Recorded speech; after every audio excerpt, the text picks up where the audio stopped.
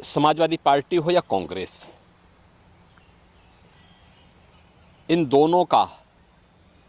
जो चरित्र है यह हिंदू विरोधी है और राम विरोधी है।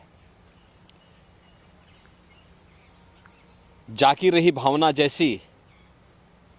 प्रभु मूरत देखी तिन तैसी।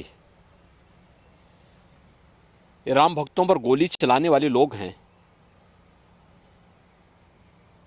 राम के अस्तित्व को नकारने वाले लोग हैं, मर्यादा पुरुषोत्तम प्रभु श्री राम की ईश्वरीय सत्ता को चुनौती देने वाले लोग हैं, ये लोग हैं। तो इनसे ये उम्मीद करना कि ये भारत की आस्था का सम्मान कर सके,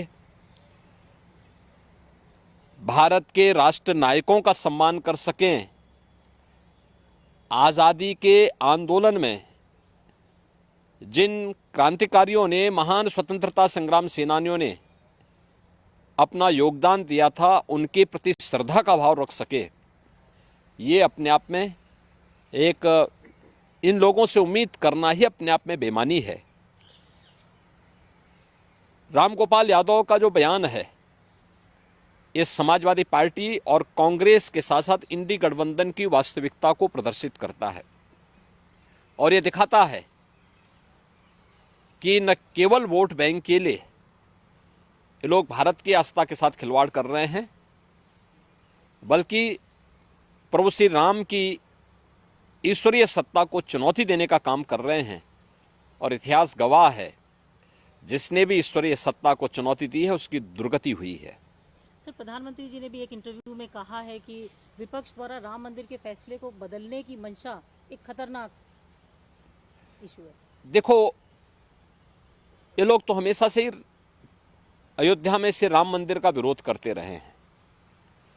कांग्रेस हो, सपा हो, आरजेडी हो, डीएमके हो, ये सभी, नेशनल कॉन्फ्रेंस हो, ये सभी एक ही थैली के चट्टे बट्टे हैं, जिनकी भावनाएं हिंदुओं के विरोध में जाती हैं, भारत की आस्था के विरोध में जाती हैं, जिनका चरित्र तुष्टीकरण की नीति को पोषक करने वाला आतंकवाद समर्थक और मर्यादा पुरुषोत्तम प्रभु श्री राम के आदर्शों के विपरीत जो लोग सदैव आचरण करते रहे हैं, ऐसे लोगों से इससे ज़्यादा उम्मीद नहीं की जा सकती है। लेकिन ईश्वरीय सत्ता को चुनौती देने का मतलब विनाशकाली विपरीत बुद्धि, और यही वक्तव्य इन लोगों के आ रहे हैं। इनकी वास्तविक चरित्र को जनता के जनार्दन के सामने ये रख दे रहा है। हमेशा इनका प्रयास था, इंडी गठबंधन से जुड़े हुए जितने लोग हैं, कांग्रेस ने शुरू से प्रयास किया कि अयोध्या में राम मंदिर के मामले में माननीय न्यायालय से फैसला ना आने पाए, वो रोड़े अटकाते थे, ये स्वयं बैरियर बने हुए थे। इसके बाद जब ये मामला माननीय उच्चतम न्यायालय में भी गया, तब भी इन्होंने 9 वर्ष 7-8 वर्षों तक कुछ भी नहीं होने दिया इसमें। तो बाद में मोदी जी के नेतृत्व में जब सरकार बनी और फिर प्रक्रिया आगे बढ़ी, फिर राज्य में भी सरकार बनी और फिर इस प्रक्रिया को तेजी के साथ आगे बढ़ाया गया। आज माननीय उच्चतम न्यायालय ने फैसला दिया, आदरणीय प्रधानमंत्री जी के मार्गदर्शन और उनके नेतृत्व में आज अयोध्या में भव्य मंदिर का निर्माण, और देश और दुनिया का कोटि कोटि श्रद्धालु आकर के अपनी श्रद्धा को व्यक्त कर रहा है, एक नई अयोध्या का दर्शन कर पा रहा है। तो स्वाभाविक रूप से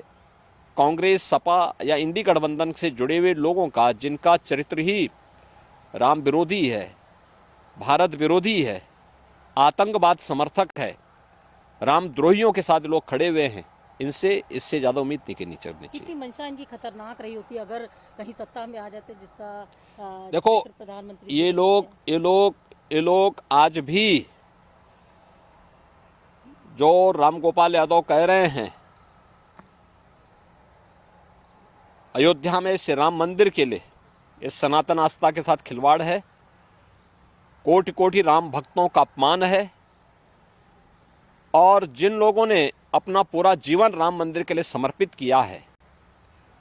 उन सब की आस्था पर कुठाराघात है। भारत का